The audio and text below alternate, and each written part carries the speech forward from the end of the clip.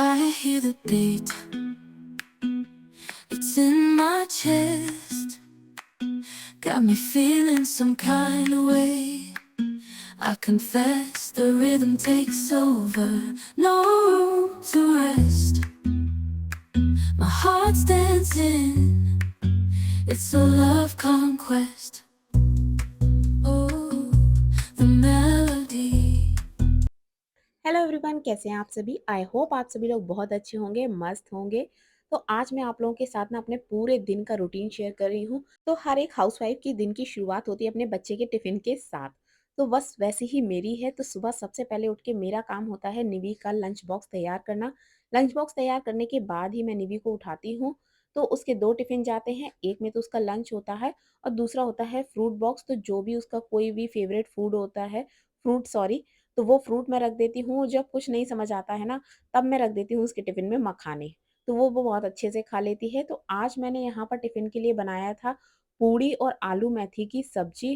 तो यहाँ बस उसी को मैंने पैक कर दिया है। तो निवी के दोनों टिफ़िन पैक हो गए हैं और साथ में यहाँ पर एक पूड़ी बची है, जो जब अभी निवी जाएगी तो उसको मैं खिला दूँगी, क्योंकि सुबह-सुबह बच्चे वैसे कुछ खाते नहीं हैं।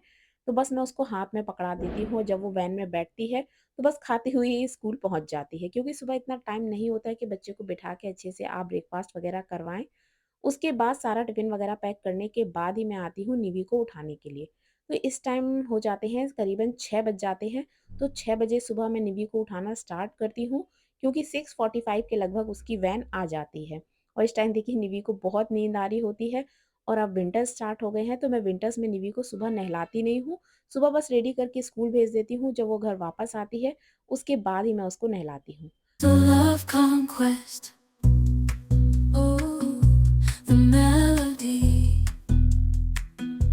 It's smooth and sweet, like honey dripping from a golden bee. It's the soundtrack to my soul's heat, making me move from my head to my feet. निवी को छोड़ने के साथ ही मेरा काम शुरू हो जाता है घर की क्लीनिंग का। तो क्लीनिंग के लिए तो हमारे घर में एक हाउस हेल्पर है और दीदी वो आती है, पर उसके ऊपर भी बहुत सारे काम होते हैं जो मुझे करने होते हैं, क्योंकि दीदी आती है 8:30 पौने 9 के करीब और तब तक मुझे पूरे घर को अरेंज करना होता है। तो पूरा घर एक साथ सेट कर देती हूँ, सारे बिस्तर वगैरह समेटना। और 8:30 तक दीदी के आने से पहले अगर मेरे पास थोड़ा बहुत टाइम बचता है, तो उनके आने से पहले मैं नहा भी लेती हूँ। Oh, the melody. It's smooth and sweet, like honey dripping from a golden bee. It's the soundtrack to my soul's heat, making me move from my head to my feet. मेरी एक आदत बहुत पहले से थी, शादी से पहले से ही, कि रात को सोने से पहले मैं पूरे घर को एक सा अरेंज कर देती थी। जो चीज़ें जहाँ की होती थी उन्हें वहीं वापस रख देती थी, जिससे कि सुबह उठूँ तो घर एकदम साफ-सुथरा सा लगे, तो एकदम टेंशन फ्री रहती थी। बट अब तो बात अलग है, शादी के बाद सारी चीज़ें काफ़ी बदल जाती हैं। पर अब तो पूरे घर में बस हर जगह मुझे निवी का सामान ही पड़ा दिखता रहता है। रात को मैं चाहे जितना समेट लूँ, सुबह स्कूल जाने से पहले तक वो सारी चीज़ें इतना ज़्यादा फैला लेती है कि बस उसके स्कूल जाने के बाद बस मैं इन्हीं सभी चीज़ों को समेटती रहती हूँ।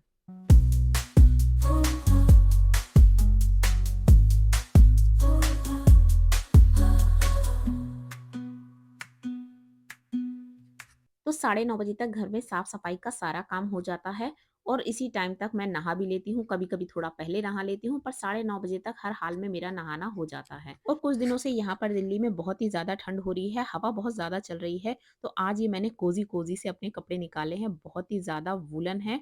और जब भी मैं ये स्वेटर पहनती हूँ ना, ये बहुत ही ज़्यादा फरी है, तो थोड़ा फूला-फूला सा लगता है। और जब भी मैं इस स्वेटर को पहनती हूँ ना, तो हस्बैंड हमेशा मुझे पांडा बुलाते हैं कि इन कपड़ों में तुम हमेशा पांडा नज़र आती हो। पर ये बहुत ही ज़्यादा सॉफ्ट है और बहुत ही ज़्यादा वूलन है, इसमें बिल्कुल भी ठंड नहीं लगती है। अगर आप सिंगल स्वेटर भी इसको पहने ना, तो बहुत ही ज़्यादा गर्माता है। और देखिए जब भी मैं अपने बाल धोती हूँ ना, मेरे बालों में ये देखिए इस तरीके से छल्ले अपने आप ही बन जाते हैं, मुझे कुछ करने की ज़रूरत ही नहीं पड़ती है। पर मेरे बाल ना बीच की स्टेज में हैं, ना ही बहुत ज़्यादा कर्ली हैं, ना ही स्ट्रेट हैं, तो बीच में जब ये एकदम सूख जाते हैं ना, तो बहुत ही ज़्यादा अजीब रफ़ से हो जाते हैं, इसलिए मुझे पसंद नहीं आते। मेरा मन बहुत करता है कि अपने बालों को स्ट्रेट करवा लूँ, परमानेंट स्ट्रेटिंग करा लूँ, पर मेरे बालों की अभी ग्रोथ बहुत ज़्यादा होती है, बहुत जल्दी-जल्दी मेरे बाल बढ़ते हैं और स्ट्रेटनिंग एक बार आप करवा लेते हैं ना, तो जब नए बाल आते हैं ना, तो ऊपर से बाल बहुत ही ज़्यादा खराब हो जाते हैं। इसलिए मैं वो भी नहीं करवा सकती हूँ। तो बस जैसा चल रहा है वैसे ही चलने देते हैं और मेरा स्किन केयर बहुत ही ज़्यादा सिंपल और बहुत ही सस्ता सा है। तो भगवान ने मुझे ऐसी स्किन दी है ना जिसका मैं कुछ कर ही नहीं सकती हूँ। मुझे बहुत ही ज़्यादा पिंपल्स होते हैं और स्पेशली सर्दियों में ना बहुत ही ज़्यादा मुझे जॉ लाइन पे, चिन पे, यहाँ पर भी पिंपल्स होते रहते हैं। ब्लैंकेट्स ओढ़ने से भी मुझे पिंपल्स हो जाते हैं, तो अब आप विश्वास नहीं मानेंगे और हो सकता है बहुत लोगों के इस तरीके से होते हों, पर मेरे तो होते हैं। कॉटन का ही चादर वगैरह इस्तेमाल करती हूँ मैं, इसलिए चेहरे पर कोई भी क्रीम वगैरह मैं इस्तेमाल नहीं कर सकती हूँ। सनस्क्रीन भी कई बार ट्राई की है, पर सनस्क्रीन लगाने से मेरे ना बहुत ही ज़्यादा आँसू आते हैं, पता नहीं क्या होता है उसमें। अब लोग कहते तो हैं कि सनस्क्रीन लगाना चाहिए, पर मैं क्या करूँ, मैं लगाती हूँ तो मुझे वो भी सूट नहीं करती है। कई ब्रांड की मैं खरीद चुकी हूँ, पर ये नारियल तेल मुझे सबसे ज़्यादा बेस्ट लगता है। इसको लगाने के बाद ना चेहरा एकदम से शाइन करने लगता है। तो चलिए रेडी होने के बाद मैं करती हूँ पूजा। No room to rest. My heart's dancing. It's a love conquest. Oh, the melody. It's smooth and sweet, like honey dripping from a golden bee. It's the soundtrack to my soul's heat, making me move from my head to my feet. My heartbeat, yeah, it's pumping so loud. It's the rhythm of love, baby, that I found when the music plays. I just can't help but sway. Nothing else matters. It's my heart that obeys.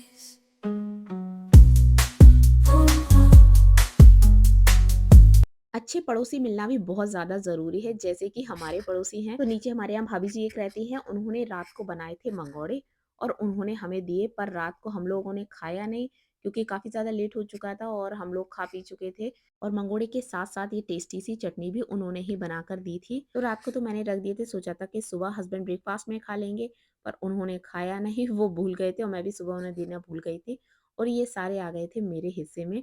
तो शालू भाभी आपको बहुत-बहुत thank you, बहुत ही tasty मंगोड़े थे। उसके बाद बैठ के मैंने अपना ब्रेकफ़ास्ट किया, सोचा था कि थोड़े से हस्बैंड के लिए छोड़ दूँगी, पर एक-एक करके मैंने काफ़ी खा लिए तो सिर्फ़ 2 मंगोड़े मैंने हस्बैंड के लिए छोड़े थे।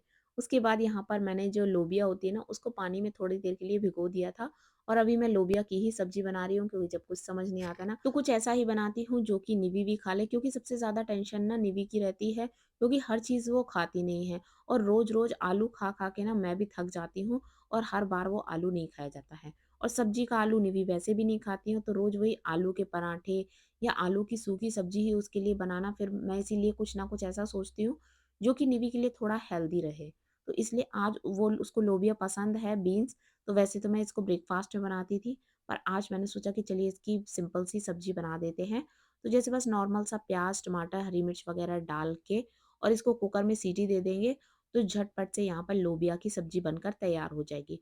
तो यहाँ पर मैंने कुकर को चढ़ा भी दिया था, उतने में निवी की वैन भी आ गई थी। तो अब मैं जा रही हूँ नीचे निवी को लेने के लिए। My heart's dancing. It's a love conquest. Oh, the melody. It's smooth and sweet, like honey dripping from a golden bee. It's the soundtrack to my soul's heat. Gas को मैं सिम पर करके चली गई थी, यहाँ पर खूब सारी सीटियाँ भी आ गई थी।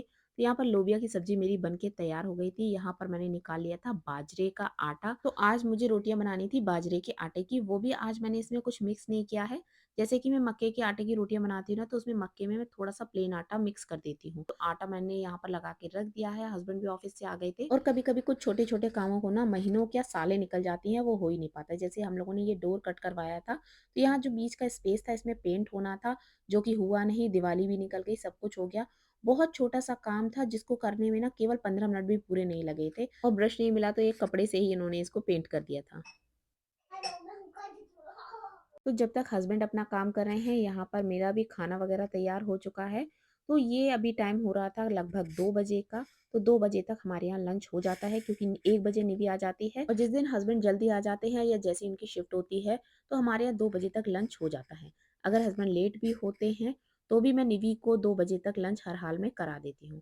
और यहाँ पर मैं बना रही थी रोटियाँ, तो मैंने ना हल्के से ठंडे तवे पर रोटी को डाल दिया था, तो थोड़ी तो रोटी वहाँ पर चिपक गई। तो ये ना मेरा पहला ट्राई था, मैं पहली बार ही बाजरे की रोटी बना रही थी और मुझे ये बहुत ही ज़्यादा मुश्किल लग रहा था। मतलब एक-एक रोटी को सेकने में इतना ज़्यादा अगर टाइम लगेगा और ये रोटी पूरी तवे पे चिपक भी गई थी, शायद तवा ठंडा था या क्या था, पता नहीं। और ये रोटी ना बिल्कुल भी सिकी ही नहीं थी। और यहाँ पर आप देखिए मैं करछली से इसको सेंक रही थी। मैंने सोचा कि नहीं है, इसका पराठा ही बना देती हूँ घी वगैरह लगाकर। पर ये रोटी मुझे बहुत ही ज़्यादा कच्ची-कच्ची सी लग रही थी।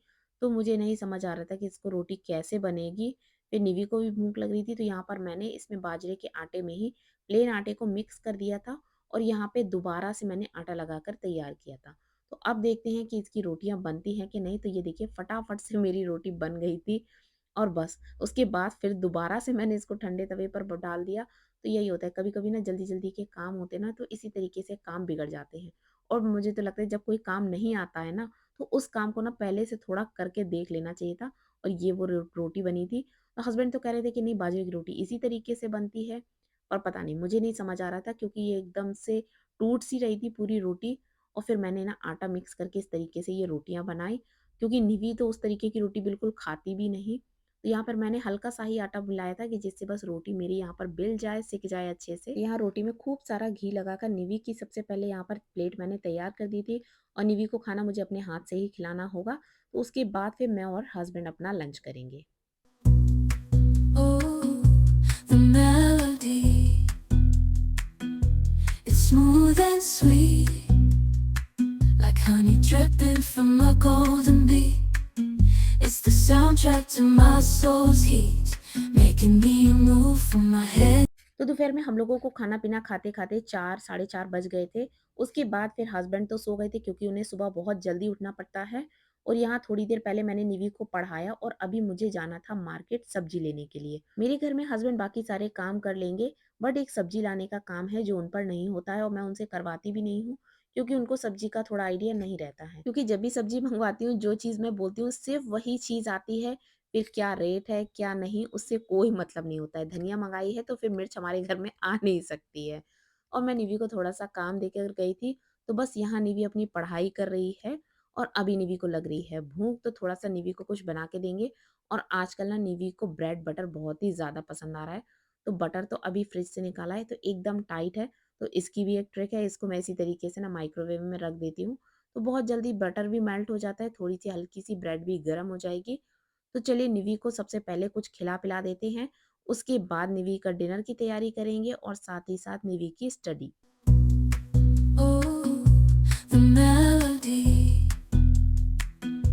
it's smooth and sweet, like honey dripping from a golden bee. It's the soundtrack to my soul's heat, making me move from my head to my feet. तो रात के निवी के डिनर के लिए एक बढ़िया मसालादार पराठा बनाया था और साथ में दही के साथ निवी ये पराठा खाएगी। हमारे घर में मैं और हस्बैंड डिनर नहीं करते हैं, मतलब प्रॉपर कुछ रोटी वगैरह ऐसा नहीं खाते हैं। कुछ हल्का-फुल्का सा रहता है तो वो खा लेते हैं और इस रूटीन को बनाए हुए हम लोगों को काफ़ी सालें हो चुकी हैं और अब तो बिल्कुल मन भी नहीं करता है ऐसा कुछ खाने का और अब उतनी भूख भी नहीं लगती है। तो यहाँ पर सारी सब्ज़ी वगैरह भी निकाल दी है और सबसे लास्ट में सब्ज़ी वगैरह मैं सारी फ्रिज में अरेंज करूँगी। और आज तो मैं ना बहुत थोड़ी सब्ज़ी लाई हूँ, आलू प्याज़ जब भी आते हैं ना, तो सब्ज़ियाँ बाकी हरी सब्ज़ियाँ थोड़ी कम ही आती हैं। उसके बाद मैं यहाँ बैठ गई थी निवी को पढ़ाने के लिए। And into the pond. The ducks quacked happily. तो मैं बताऊंगी। Once there lived a dog. He was very hungry. Dirt अपनी ही परछाई, अपने आप को उसने Shadow. शैडो। तो 8 बजे तक निवी की पढ़ाई कराने के बाद 8:30 तक निवी को खिला-पिलाकर हम सुला देते हैं और 10 बजे तक हम लोग भी सो जाते हैं। तो दोस्तों आज का व्लॉग आप लोगों को कैसा लगा? आई होप पसंद आया हो। पसंद आया तो वीडियो को एक लाइक और चैनल को सब्सक्राइब करना बिल्कुल मत भूलिएगा। तो चलिए फिर से मिलते हैं। Bye bye. Making me